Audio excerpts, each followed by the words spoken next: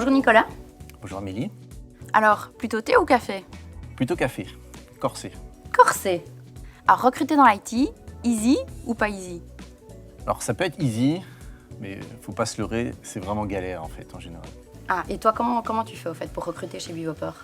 Chez Bivopper, on est une start-up, donc on est 6 personnes. Et en fait notre tech qu'on a recruté, on l'a recruté via notre plateforme.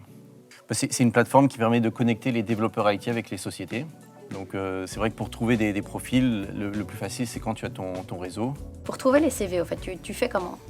Tu as différentes techniques. Alors le plus simple en général c'est via son réseau, par cooptation, demandant à ses collègues, à ses amis s'ils connaissent quelqu'un. Je pense que c'est la façon la plus simple pour les startups. Après bien sûr tu as tout l'écosystème recrutement qui existe via des plateformes, via LinkedIn, via des cabinets de recrutement. Et quels sont les profils les plus difficiles à recruter selon toi? Pour moi, les plus difficiles sont ceux où tu n'as pas ton réseau. Et puis les profils qui sont en pénurie, où tout le monde est dessus. Donc il faut se battre pour pouvoir les attirer, donc leur faire comprendre qu'on est différent, qu'on a quelque chose de différent à leur proposer. Mais sinon, je pense que le plus dur, c'est de trouver les bons soft skills pour moi. C'est pas vraiment lié aux compétences, même si ça peut jouer un petit peu. C'est surtout les valeurs, qu'est-ce qui les drive, ça c'est le plus important. Et donc ça c'est le plus difficile à évaluer, à trouver ces bons profils qui correspondent à ton environnement. Donc pour toi, soft skills, hard skills, c'est en priorité les soft skills, c'est ça?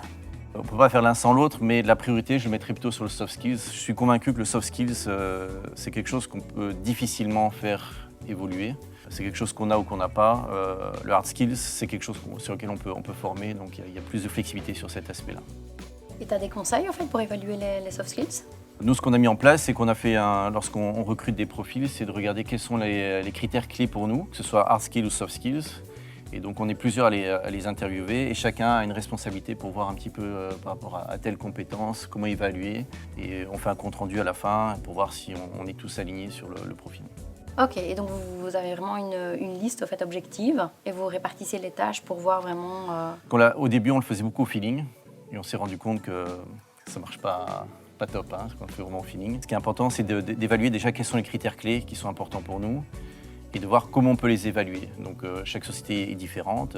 Soft skills, si c'est je sais pas moi, le côté un peu plus entrepreneur, on doit évaluer est-ce qu'il a déjà fait des choses au niveau de l'entrepreneuriat, comment il réagit dans telle situation, et donc ça nous permet d'évaluer. Mais chacun a ses critères à évaluer et pour dire ok on valide ou on valide pas, et s'il faut approfondir on le fait après. Le détail sur le CV que tu ne veux plus voir? Alors ça c'est la photo de vacances. Donc avec le Morito, je trouve que ça fait pas très professionnel. Donc il y en a encore beaucoup comme ça, les photos de vacances, ils ont trouvé leur photo quelque part. Mais... La photo pro. Voilà, c'est ça. Nicolas, est-ce que tu as des conseils pour vraiment toutes les startups en IT qui veulent recruter leur premier profil? Je pense que c'est d'accepter qui on est, parce que souvent on a un peu un complexe en tant que startup. On dit on n'a pas les mêmes avantages que les grands groupes ou autres. Je pense qu'au contraire, c'est un avantage. Donc il faut appuyer sur ce qui fait notre différence. Et c'est pas grave si on ne plaît pas à tout le monde. Il faut attirer les bons profils. On sait très bien que les profils qui sont uniquement intéressés dans des grands groupes, on ne va jamais les attirer, ou si on les attire, ils ne vont jamais rester. Donc c'est vraiment être le plus authentique possible, d'être le plus transparent, de s'intéresser à la personne, c'est quoi ses drives. Je pense que ça c'est vraiment très important parce qu'en mode start-up, c'est les montagnes russes, comme tout le monde le sait. Il faut vraiment que les personnes qui nous rejoignent aient vraiment envie, ont la volonté de venir nous rejoindre et qu'il ait les bons drives pour passer tous ces hauts et bas dans une start-up. Ok, donc authenticité dans sa marque employeur et drive par rapport aux soft skills. C'est ça. Nicolas, un très grand merci en fait, vraiment pour tous tes conseils, hyper enrichissants. C'était un vrai plaisir. Merci Amélie.